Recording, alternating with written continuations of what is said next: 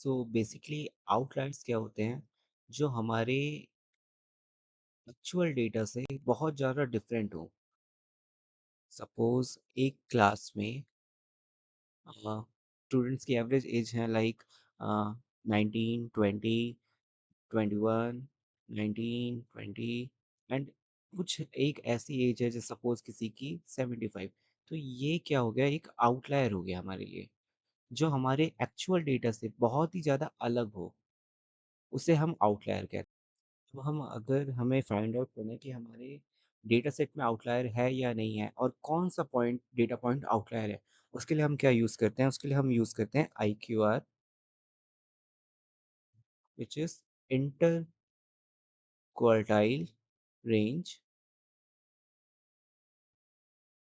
जो हमें एक रेंज देता है जिसके बियॉन्ड अगर कोई डेटा आता है, वो एक तरह से हमारे लिए एक आउटलायर होता है। सपोज हमारे पास एक क्वेश्चन है -3 -5, ओ सॉरी, -3 5 10 12 14 18 24 26 49 एंड 60। हमारा पहला स्टेप होता है कि हमारे पास जो भी डेटा पॉइंट्स हैं उन्हें एक हम असेंडिंग ऑर्डर में अरेंज करें। पहले तो असेंडिंग ऑर्डर मीन्स छोटे से स्मॉल से लार्ज नंबर तक उन्हें अरेंज कर दें। तो ये पहले ही से ही असेंडिंग में है। सो हमारा सेकेंड स्टेप है IQR निकालना। उसके लिए हमारे पास फॉर्मूला होता है Q3 माइनस Q1।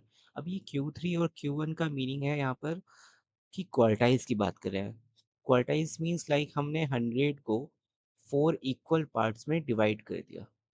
तो फर्स्ट Q1 हो गया हमारे एक तरह से 25% and Q2 is 50%, Q3 is 75 and Q4 का 100%। सो हमें अगर Q3 निकालना है, उसके लिए हम सबसे पहले क्या करेंगे?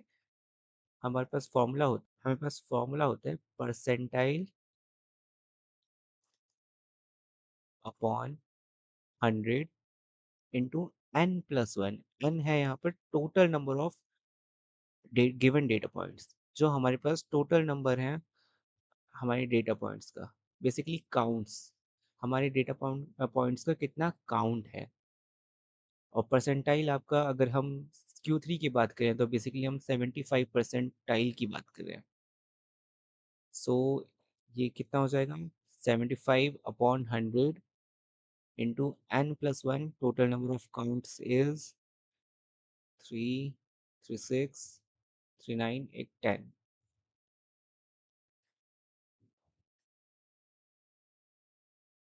It's 10 + 1 11। So 25 3s are 25 4, 33 divided by 4, which is come around 8.25। So basically ये हमारा 8 इंडेक्स आया है। बेसिकली हम 8.25 कमी से हम 8 इंडेक्स की बात कर रहे हैं, विच इज़, और 8 इंडेक्स पे जो होगा वो हमारी एक्चुअल Q3 की वैल्यू होगी। सो Q3 8 इज़ 26। सो 8 Q3 की हमारी वैल्यू हो गई 26। नाउ इफ़ अब हमें Q1 निकालना है तो उसके लिए हमें 25 परसेंटाइल की हम बेसिकली बात कर रहे हैं। तो 25/100 into 10 + 1 11, 25 4s 11 divided by 4, which is come around 2.75।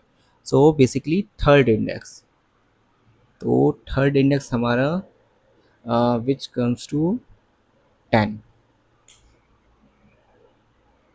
So Q1 की वैल्यू हमारी हो गई 10 एंड नाउ हमें IQR पता चल गया। तो IQR का फॉर्मूला था Q3 minus Q1। So 26 minus 10 it's 16। सो हमारा IQR आ गया 16। नाउ अब हमें इसमें दो चीज़ें आती हैं, एक अपर लिमिट एंड एक लोअर लिमिट।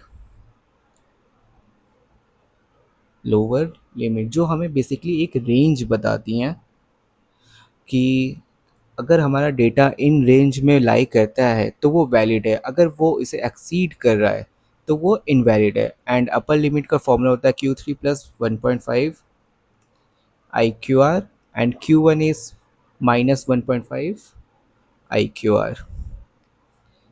सो अपर लिमिट हम निकालते हैं। upper limit is Q3 plus Q3 is 26 plus 1.5, IQR is 16. So it comes around 16 into 1 24 plus 26 50. And similarly हम lower limit निकालेंगे। Q1 is 10 minus 1.5 into 16, which comes around -4। सो हमें ये एक क्या मिल गई, एक रेंज मिल गई, -4 to 50। अब क्या होगा, इसके बियॉन्ड अगर हमारा डेटा होगा, लाइक -4 से अगर कुछ लेस देन है और 50 से अबव है, वो हमारे लिए क्या होगा, एक आउटलायर होगा। सो इस हमारे पास जो डेटा गिवन था उसमें आउटलायर क्या है, 60। 60 इज आउटलायर। और अगर हम इसे बॉक्स प्लॉट में बनाएं तो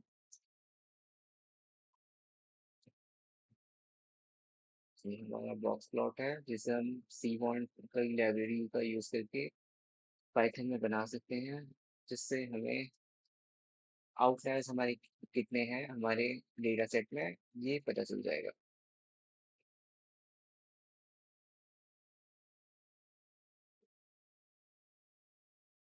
सो जो हमारा ये पार्ट है ये हमें बताता है हमारे डेटा सेट की मिनिमम वैल्यू क्या है। So minimum is -3। या मिनिमम हमारी वैल्यू थी -3 and this point denotes Q1 25%, 25 is 10 and this Q3 जो कि हमारा basically 26 and the now this is one our max value, maximum value is 49 I think, yeah 49 and the outlier is 60। वो denote होगा एक small सा circle 60। अगर यहाँ पे multiple circles होते तो means हमारे 3 आउटलायर, जितने सर्कल्स उतने नंबर ऑफ आउटलायर्स।